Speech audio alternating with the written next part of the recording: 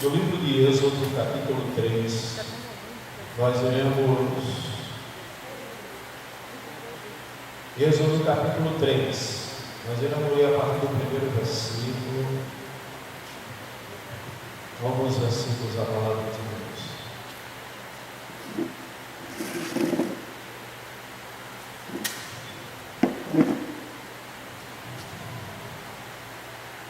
Êxodo capítulo 3, quem encontrou, diga amém. Apacentava Moisés o rebanho de Jetro, seu sogro, sacerdote de Midian, e levando o rebanho para o lado ocidental do deserto, chegou ao monte de Deus, a Horebe, e apareceu-lhe o anjo do Senhor numa chama de fogo no meio de uma sarça.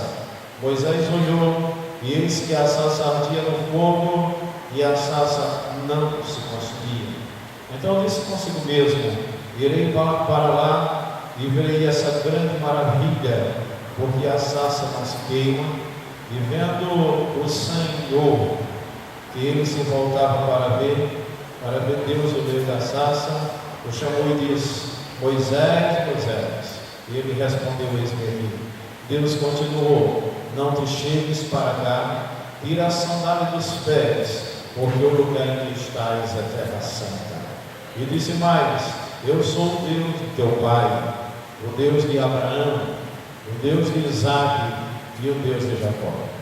Moisés lhe escondeu o rosto, porque temeu olhar para Deus, e disse ainda ao Senhor: certamente vi a aflição do meu povo que está no Egito, e ouvi o seu clamor por causa dos seus desafores.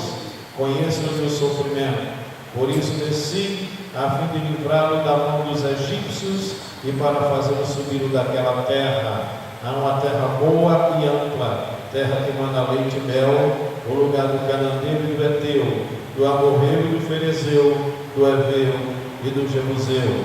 Pois o clamor dos filhos de Israel chegou a mim, e também vejo a opressão com que os egípcios os estão oprimindo. Oremos. Nosso Deus, nosso amado Pai celestial, nós louvamos, Senhor, o teu nome santo, te adoramos na beleza de tua santidade, reconhecemos, ó Deus, a tua grandeza, a tua bondade e a tua soberania. Peço-te, ó Deus, que nesta noite o Senhor venha aplicar as verdades eternas de tua palavra em nosso coração, e que sejamos edificados pelo poder da mensagem do Senhor. Age, opera e faz maravilhas na vida da tua igreja. Nós oramos em nome de Jesus. Amém. Queridos irmãos, nesta noite eu quero falar um pouco sobre o tema curando a nossa visão para enxergarmos a vida com os olhos de Deus. Por que é que nós vamos ministrar a palavra de Deus fundamentado nesse tema? Porque nós estamos ministrando semanalmente aqui na igreja de Benfica, estudo da palavra de Deus baseado nas escrituras do Antigo e do Velho Testamento, que nos dá muito subsídio para entendermos como reorganizarmos o nosso mundo interior.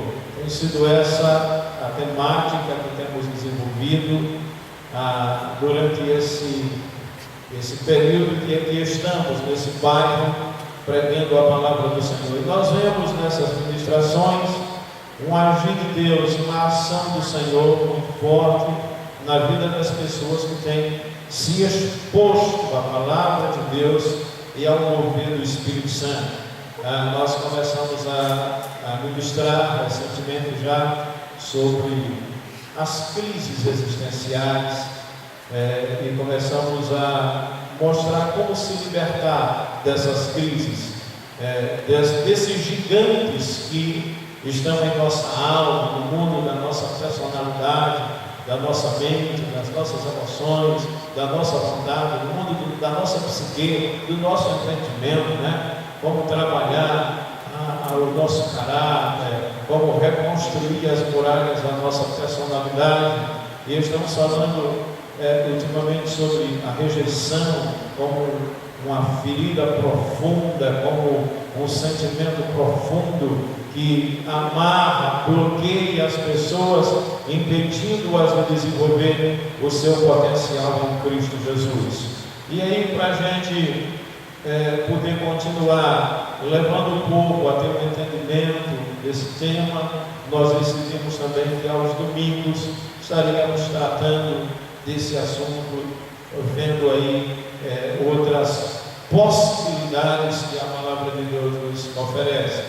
E esse texto que nós temos lido é muito interessante, porque ele vai nos contar um pouco sobre a experiência que Moisés teve com Deus. É interessante que Moisés foi um homem que teve a sua vida dividida em 3 períodos.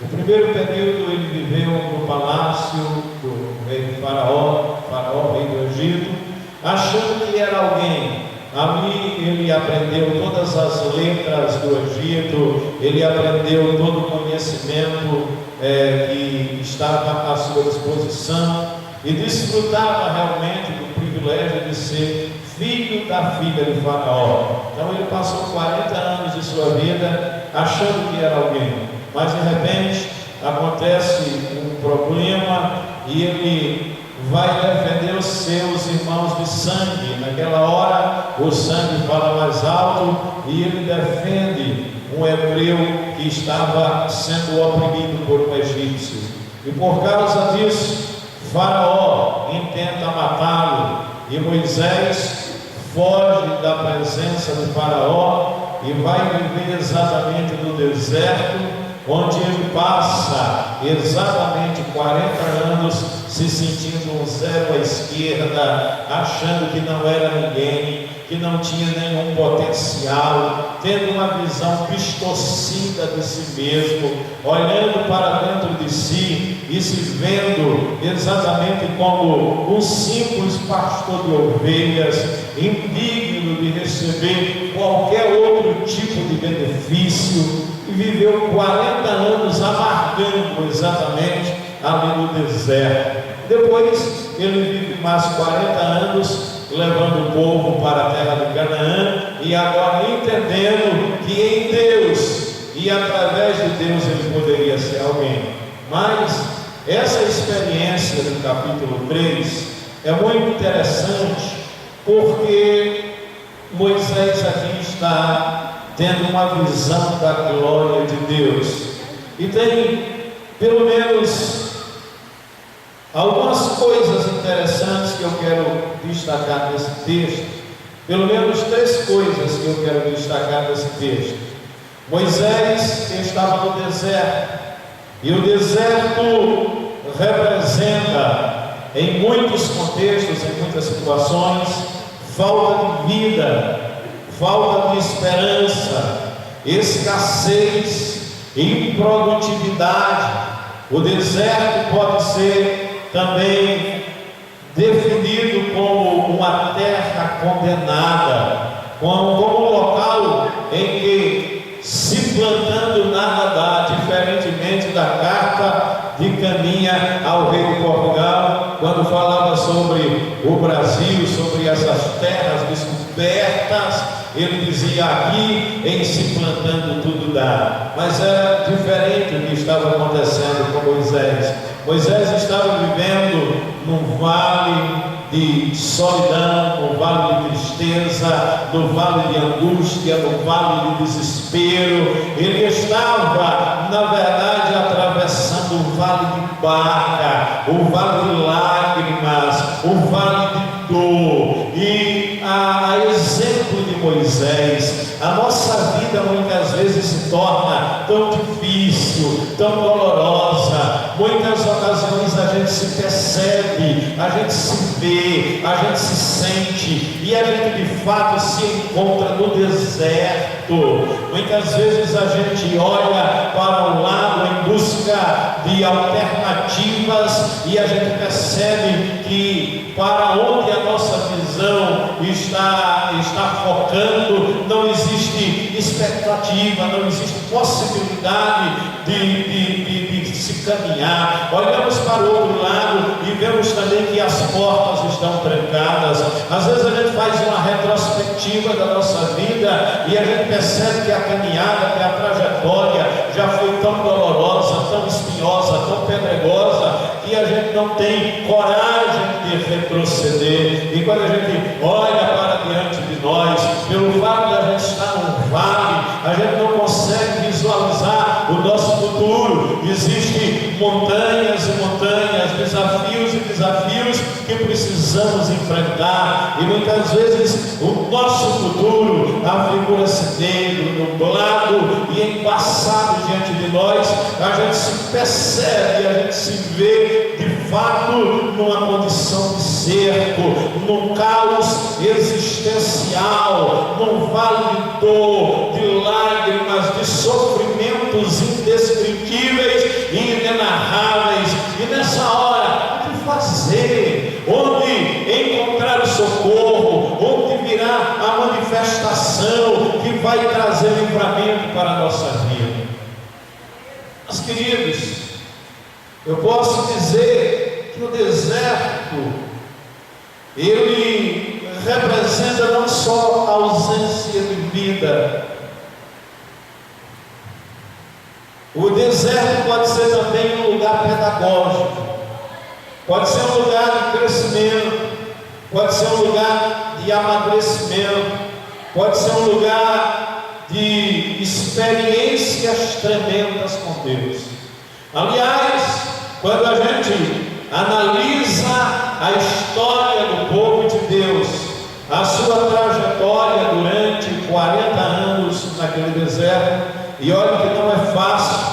O deserto de Saara, o deserto do Sinai, eu já tive a oportunidade de estar ali. Não é fácil, não existe realmente árvores frondosas, não existe chuva, existe aridez, e a visão não é tão agradável de se ver, a não ser para aqueles que têm uma perspectiva histórica, teológica ou espiritual, aí sim. Mas fora isso, a visão não é das mais agradáveis. O Brasil tem muita coisa linda para se ver, para se enxergar. Então, o povo durante 40 anos caminhou naquele deserto, naquele momento de escassez, de solidão, de sol causticante, de sofrimento. Mas naquele deserto também, aquele povo aprendeu muito. Aquele povo conheceu o Deus que criou os céus e a terra, o Deus que faz milagres,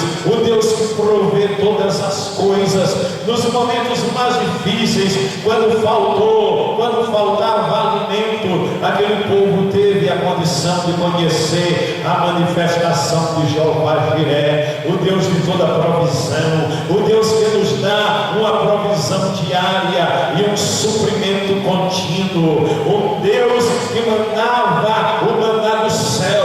E quando o povo se acostumou com aquele milagre cotidiano, a ponto de chamar aquele alimento de vil, dizendo: Moisés, a gente quer carne, Deus sai chover com a rodízio dos céus, e aquele povo come até não suportar mais.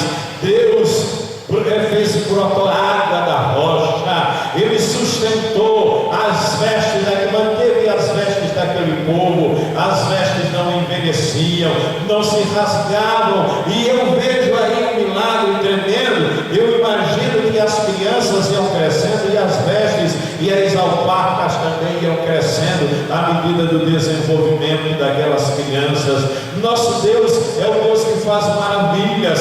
Quando Jeová Jiré se manifesta, tem carne no deserto, tem água no deserto, tem pão no deserto, tem provisão no deserto, tem sinais, prodígios e maravilhas no deserto, tem a nuvem para guiar o povo durante o dia, e tem a coluna de fogo para iluminá-los na trajetória noturna. Por isso que a Bíblia diz que nós não deveremos a mortandade que se manifesta ao meio-dia, nem os terrores noturnos.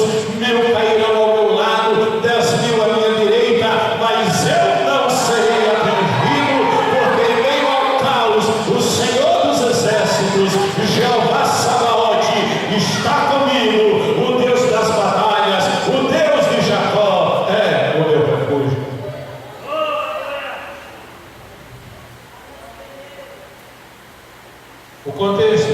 Moisés estava vivendo aqui era um contexto difícil. E a coisa se complica mais ainda, porque de repente ele olha, e o que ele vê, o que se destaca, é uma sarça. Era um arbusto do deserto. E se o deserto já fala de ausência de vida, a sarça fala muito mais, porque é algo sem vida, ressequido e jogado num lugar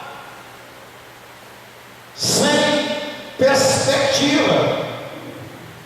A sarça pode ser classificada como sendo uma sepultura emocional, um lugar onde eu deposito os meus sonhos, as minhas ideias, a minha vida, pessoas que passaram em minha existência e me machucaram.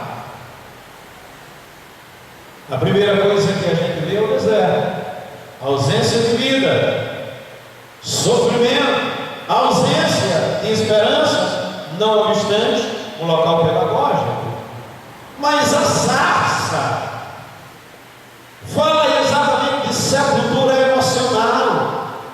Seria aquele setor da minha existência que o pai da psicanálise, chamado Freud, chamou de inconsciente, que é exatamente aquele departamento da minha vida onde eu coloco as feridas mais dolorosas, os traumas mais violentos, os complexos que me amarram e que me prendem, e eu vou e jogo nesse quarto escuro e obscuro da minha existência, essa parte do iceberg que fica submersa, assim, porque quando Freud desenvolveu a primeira teoria do aparelho psíquico, chamando de consciente, pré-consciente e inconsciente, ele o comparou a um iceberg, dizendo que o consciente é aquela parte que fica na superfície da água, o pré-consciente é aquela parte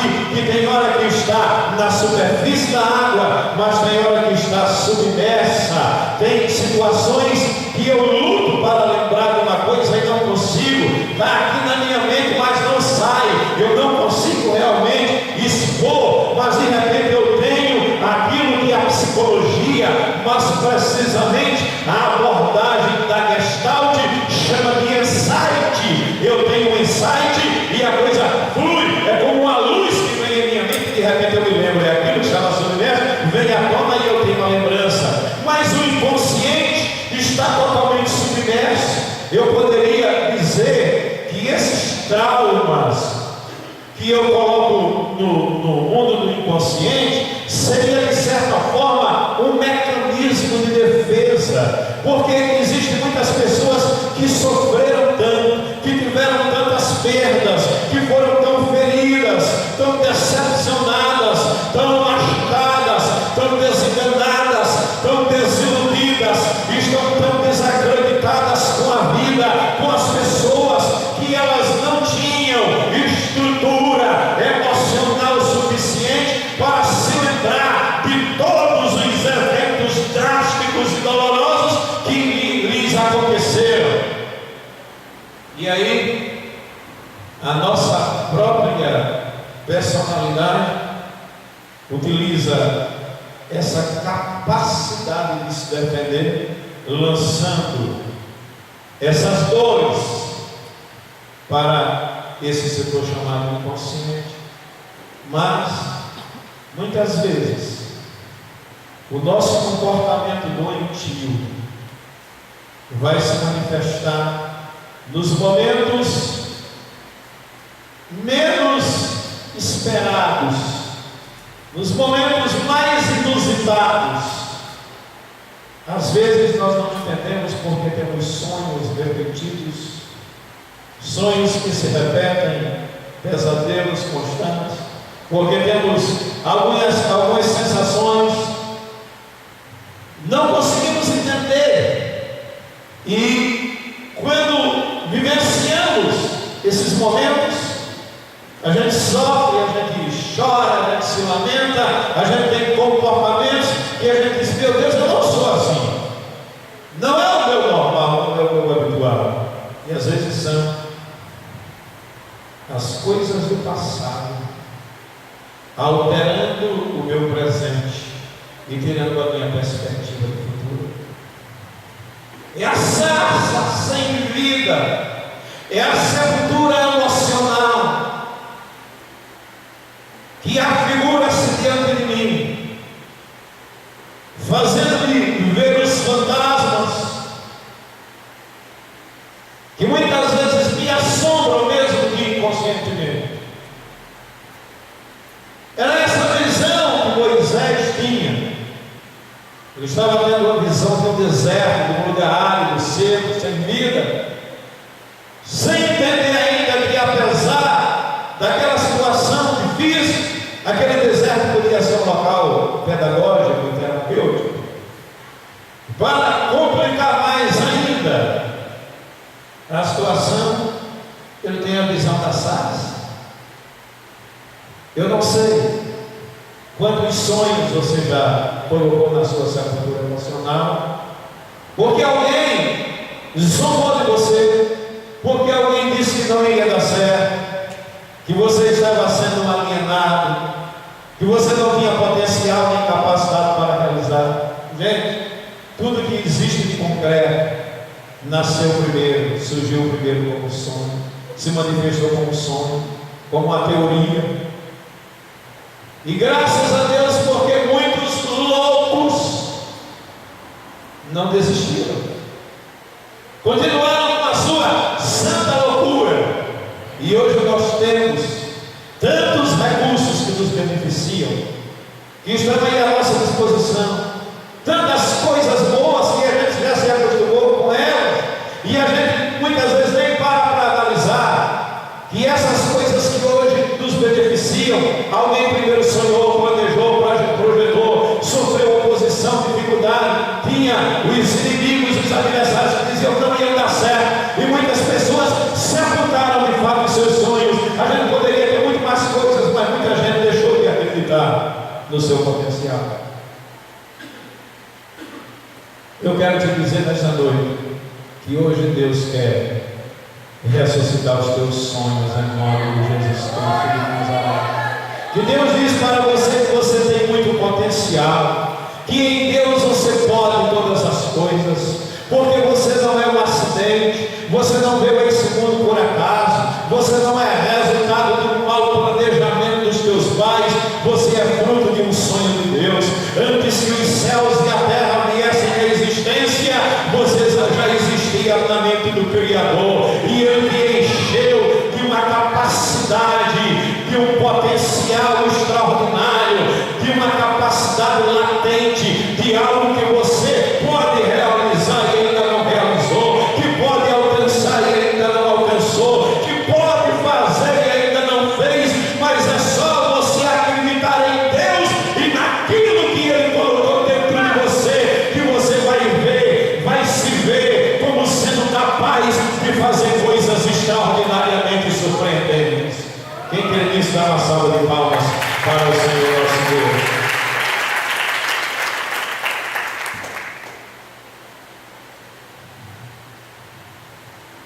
Mas Moisés só conseguia ver a sarça, aquele arbusto recebido.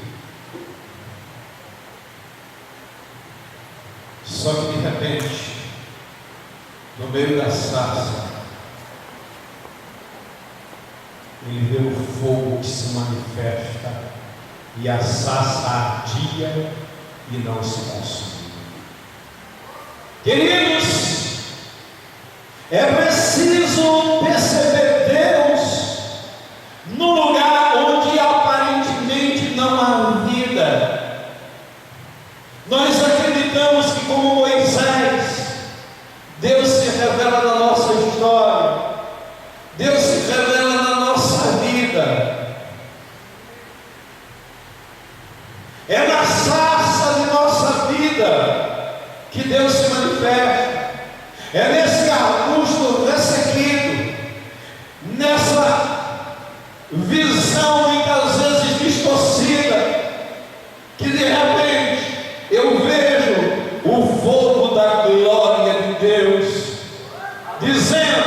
eu posso mudar a sua história, eu posso transformar a sua vida, eu posso fazer o deserto se transformar em mananciais de águas vivas, eu posso transformar o solo ressequido do teu coração em fontes de águas vivas, eu posso fazer o deserto florescer. Se quisermos ser curados, não podemos esconder nada de Deus. Precisamos nos abrirmos a Deus e deixar de lado as nossas resistências. É preciso entendermos que é através de um arbusto sem vida que Deus se manifesta, que o fogo do amor de Deus aflora e a esperança da vida se renova. Glória a Deus. Entenda algumas coisas. Eu quero que nesta noite você entenda algumas coisas. Primeiro,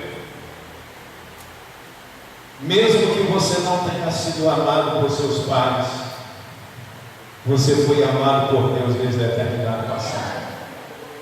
Aleluia. Antes de haver um princípio, Gênesis capítulo 1 diz: no princípio Deus criou os céus e a terra. Mas imagine antes do princípio, antes daquilo que a gente vê ter surgido, antes do mundo invisível ter se manifestado, Deus estava assentado sobre o topo do nada, porque nada existia além dele. Ele é eterno, e sendo eterno não está sujeito à eternidade, porque você poderia perguntar: se Deus é eterno, quem surgiu primeiro, ele ou a eternidade? A Bíblia diz que ele, sendo eterno, não está sujeito, não é inferior, porque ele é o Pai da eternidade, o princípio da paz. Ele próprio é o Pai da eternidade. Então ele estava assentado nos pináculos da eternidade, portanto sentado sobre o topo do nada, porque nada existia além dele, mas eu já existia na sua mente prodigiosa, e ele já tinha estabelecido todo o projeto para a minha vida. Por isso que eu falo aquilo que Jó disse aos seus 3 amigos, quando eles disse: Jó, você nesse estado ainda continua servindo a Deus, cheio de feridas, desde a planta do pé até o alto da cabeça, pobre, com os vermes tomando conta do seu corpo, perdeu seus filhos, a sua mulher manda você deixar de ser besta, amaldiçoar o seu Deus e morrer. Se você disse que não pecou, que não fez mal algum, você ainda continua servindo a esse Deus que fez toda essa desgraça contigo. Ainda Jó diz: continuo servindo. E alguém pergunta: mas Jó, por que você continua servindo? E Jó naturalmente não podia falar tão entusiasmado como eu estou falando aqui, porque a sua língua estava cheia de tumores purulentos e malignos, mas ele abre a boca com dificuldade e diz: é porque eu sei que o meu Redentor vive. Eu sei que o meu Redentor vive, e por fim se levantará da terra, e ainda nessa minha carne eu verei a Deus. Por que Jó tinha essa certeza? O camarada pergunta ainda: Jó, e se ele te matar? Se você morrer? Aí Jó responde: se ele me matar, ainda que ele me mate, nele eu confiarei. Por que Jó tinha essa convicção? Ele não vivia no tempo da graça como nós vivemos hoje. Ele não acreditava nas manifestações carismáticas como nós manifestamos. Cremos hoje dons espirituais, batidos com o Espírito Santo. Nada disso, mas é porque pela fé